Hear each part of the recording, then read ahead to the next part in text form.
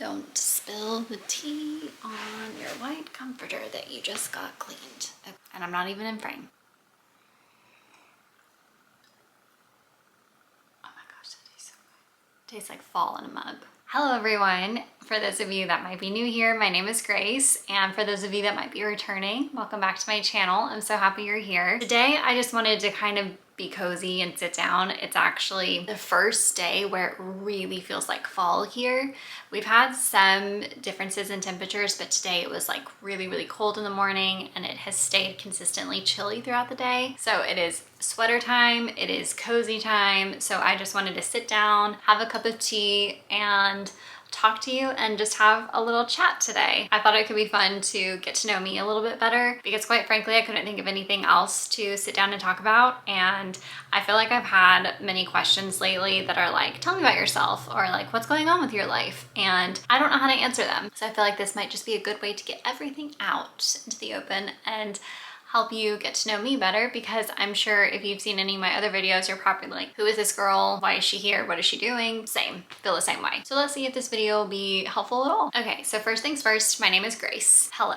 First of all, why I'm even on YouTube is because I am creative. What am I even saying? I guess I'll start with my backstory. So I don't need to go through my childhood or anything like that. The interesting part really happens after high school. And that is when I moved to Los Angeles, kind of unintentionally. I went for an internship with a casting director and just decided to stay and started going to school out there, and my best friend Hunter moved out there with me. So we were roommates and we were going to acting school together. I was really involved in theater, etc. growing up as a kid, and just always wanted to be in the film industry and to do film. So that's where LA happened. I ended up working on some pretty cool things here and there, both movies and TV shows, and had some cool parts. So that's fun. Then after 5 years, I was just feeling like, what am I doing? Why am I here? I don't really want to be here. I don't like LA. I think I was 23. And I think it was just that point of where I was seeing my friends graduate college, or had just graduated college, figuring out their lives, and I was like, what am I doing with mine? I think also at that time, it had been like a year after I'd had like some pretty steady acting jobs, and it was a pretty big wake-up call when I realized that like, oh, you could have some consistent jobs and you could book some cool roles and be on some cool shows and, you know, have your trailer and everything, and then the next day you go back to your normal job. And just because you have one role or you book the acting gig does not mean that your life changes. I mean, unless you're like in a Marvel movie. It was just a big lesson for me, and I think it kind of hit me one day that I was just like, I just got to change something. I've got to make an adjustment. I don't want to be here for forever. I'll skip over the details, but essentially I was convinced to go to Atlanta just for the film industry. It's not that I didn't want to be a part of it. I just wanted something different and to change courses a little bit. And I also was attracted to the fact that I was closer to family. Not that Atlanta was really close to where I was, but I could get home in a day by car if I needed to, whereas LA was not that. So I moved to Atlanta and I stayed with family, and while I was there, I started working at an acting studio, which to this day, I look back at some of the most like fond memories and times of my life. I can honestly say, I think 2019 specifically was like my favorite year. It was such a year of growth, a year of friendships. I was single. I was really kind of like in my element in terms of just like putting myself out there and dating, getting to know like Atlanta and the city really, really well. I lived with my best friend, girlfriend, Danny. We just had the time of our lives. So looking back at Atlanta, like it is such a special, special place in my heart. I'm sure as everyone can agree that 2020 really changed a lot of things for everybody. Lo and behold, the film industry was like the first thing to shut down, and it changed a lot of things in terms of just like the business and how things were run. Kind of skipping forward a little bit, I decided in 2022 to move home. I never really thought I would move back home after living in big cities, but I was really missing my family, and I kind of left some toxic situations in terms of just like the job I had at the time, which was not with the acting studio. I had kind of moved on and worked for a different company after that. It just wasn't right, needless to say. And so I got out of that, moved home, and I got my own place in my own apartment, which was always a big goal of mine. It's right down the street from my mom, which we're very close, and so it was just a dream. That's kind of like a long-winded story of how I got to where I am now, and I'll kind of fill in the blanks a little bit, I guess, right now. So you're probably wondering, what are you doing? Are you in the film industry anymore? What does your life look like? Short answer is yes, I'm still involved in the film industry, more on a local level. I worked on a documentary that came out this summer on Hulu called At Wit's End.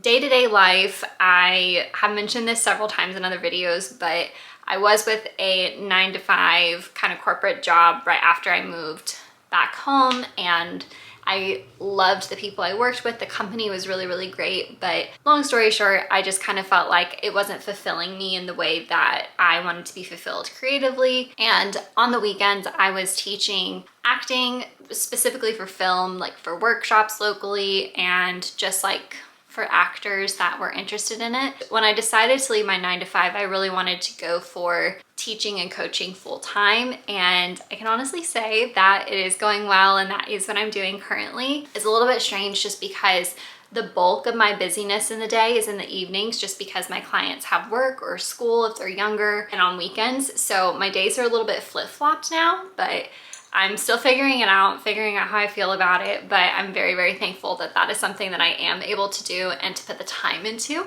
And I'm sure you're wondering, why YouTube? Why are we doing this? And I think it's just, for me, another outlet, because I love filming and I love editing. A lot of what I had to do in terms of like when I worked at the acting studio in Atlanta involved filming and editing, and I just really miss it. It's so cliche, but I just feel like it's kind of just in me, you know? Like, it's just a part of me that I want to continue to do. It doesn't necessarily have to be for auditions. I'm kind of falling back in love with it. Whenever you're doing auditions, especially like for the film industry, it can really take a toll on you because you're more used to rejection than acceptance and flowers, needless to say. And I think that it can really just take a toll on you. At least for me, I was kind of questioning, like, why am I still doing this? I'm not even enjoying it like I used to. And I think a platform like this for me can really help me just fall back in love with the idea of getting in front of a camera and the process of editing it and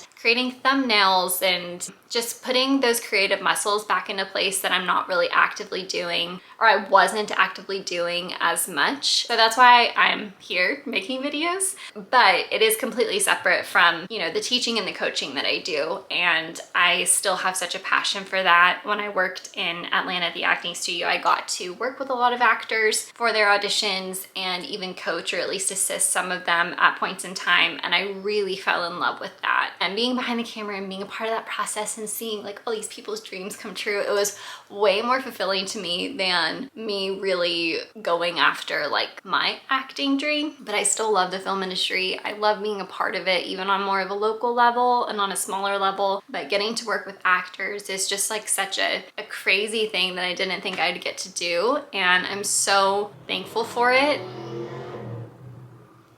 I guess I'll just go into like some more rapid fire, easier questions that's not so much backstory. So in terms of hobbies, I really love playing pickleball. I don't care if it's very trendy right now. I love it. I'm trying to get back into tennis. I briefly played tennis in like junior high, and but my mom and sister, boyfriend, his dad, like my niece, they're all very involved in tennis. And so I'm around the world and I know like the players, I love watching it. So I'm really trying to dip my toe back into it. As far as hobbies really go though, I love cozy hobbies, you know, like reading, baking, and cooking. I started watercoloring lately and kind of just like making my own, like, I almost said art. Not that art is a bad word, but I just don't consider myself an artist, but you know what I mean. Like, I just like to kind of doodle and watercolor and flex the creative juices in like different ways. I truly love watching theater. I love going to plays and musicals and supporting especially local artists, but even on like a bigger scale, I will pretty much go to anything that you want me to go to and watch live, especially if it's theater based. Not the biggest concert goer, but I do enjoy it if it's someone that I actually really want to see. I feel like the introvert extrovert thing is kind of a hard question to answer. I think I've grown to be more of an introvert, but I can definitely thrive in like social settings depending on what it is and who it is, if that makes any sense at all. I think I get recharged by being by myself, but then I also love being around people and connecting with others. And yes, I don't really know what that means. If you know, please let me know. I am not an only child. I am the youngest of three girls. I have 2 older sisters and they both are married and have kids. So I have combined 4 nieces and 1 nephew. And they are all so much fun and they're all getting old, and I don't want to talk about it because I will get sad. But I'm very, very close to my family. I just love being back home and being closer to all of them. Now that I am here, it's crazy to me that I ever moved so far away from everybody. And I don't regret it. Like, I don't regret any part of the journey that I've had, but it's just now I could never picture moving that far away at all. Like, it's just so wild. I feel like I don't even know the girl that was me that moved when she was 18. That just seems so foreign to me. I am a Gemini. I don't really know what that means because I'm not into the sun and the moon and the stars. So great if you are, it's just not my thing. I have seen people kind of like get weird if I say I'm a Gemini. I'm a May Gemini. Apparently that means something different.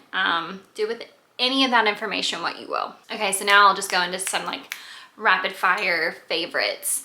Favorite movie, I always say it's Mary Poppins, and I do think that is like one of my tried and true nostalgic movies. I kind of have like my go-tos that I always say, which is Mary Poppins, Little Miss Sunshine, Grand Budapest Hotel, and Devil Wears Prada, and Cinderella. Can't really pick one. I think that's nearly impossible to pick one, but those are like my go-tos. And if you know me, you do know that I love Cinderella. I mean, it is like there's light blue all over my life. She has shaped me to be who I am, have to say. Okay, favorite TV show. When I think of TV shows, I have to compartmentalize and have to do drama versus comedy. Drama show of all time, I think it is Severance. I think Severance is so good and I cannot wait for season 2. And then favorite comedy of all time, this really changes. It changes based on what I watch because I think I watch more lighthearted stuff than dramatic things. I guess most recent comedy would be Nobody Wants This. Overall comedy of all time, I'd probably put Schitt's Creek up there with Friends and also that 70s show. I know I didn't pick one. It's hard. Sue me. Oh, and Ted Lasso. I love Ted Lasso. There are too many. I can't pick a comedy. There are many others that I absolutely love to watch. Love Emily in Paris. It's just frou-frou and fun. I love Bridgerton, also spicy frou-frou and fun. Oh my gosh, I didn't mention Pride and Prejudice. That's definitely one of my favorite movies of all time. I love Jane Austen. I love like that whole era. You know, this was a pointless question because I can't answer it. I'm sorry. Favorite food, I've got this. Favorite food is definitely pasta and potatoes. Here I go again. Why can't I just pick one? I'm gonna say cuisine. I'm gonna say Italian. So you get the potatoes and you get the pasta and you get the pizza and you get the bread and the olive oil and just